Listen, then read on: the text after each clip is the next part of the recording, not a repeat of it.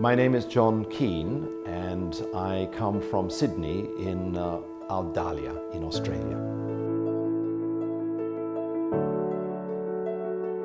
One of the surprising things for many readers of my Life and Death of Democracy is that I show the evidence that democracy actually is born in the East.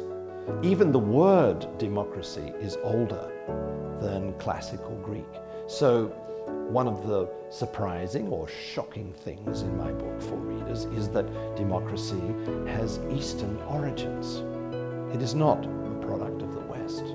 Western scholars who speak about 民主, they imagine that democracy, 民主, is liberal democracy. It's American style or British parliamentary style democracy, as if this is the measuring stick, this is the norm, this is the standard. In my writings, I say that this is an unfortunate habit, and so these are examples of the way that democracy assumes many different forms, like many different flowers. There are forms of democracy in China with Chinese characteristics.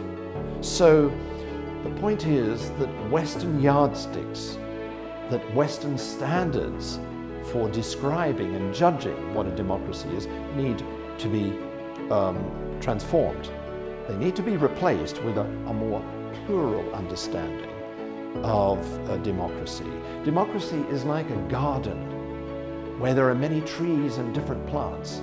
That is the reality of democracy today.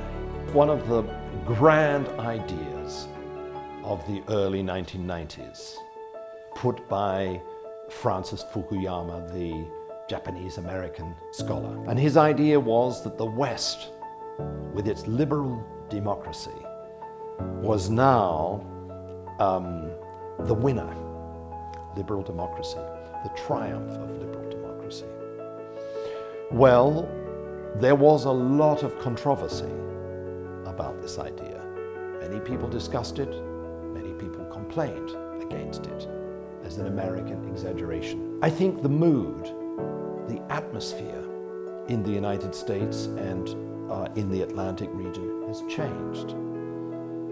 The end of history is a story that no longer seems true. It is a story that doesn't seem to be credible. Why? Because this liberal democracy in the United States, in Europe, is suffering hard times. Many things are not going well. Actually, they are going badly, much worse than most people expected. So Fukuyama's whole idea of the end of history has come to an end. So in a curious way, this is a moment in time when China has an opportunity to show that it is resilient, that it is committed to global institutions, to peace, to a kind of harmonious integration of peoples and institutions in the world. I am interested, of course, in the rise of China. The whole world is speaking about the rise of China.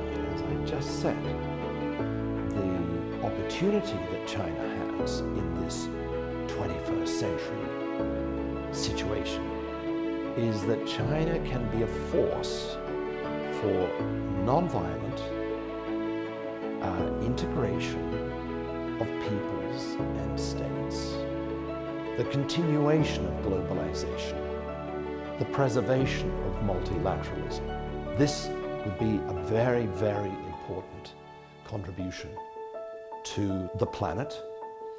And if China in particular could contribute to a speeding up of the greening of economies, of more environmentally sustainable policies, this would be also a very important contribution to a transformation that must happen, because currently the kinds of economic growth that we have are destroying species, are increasing the temperature of the planet. This is not sustainable. So China has an opportunity to take the lead in this transformation.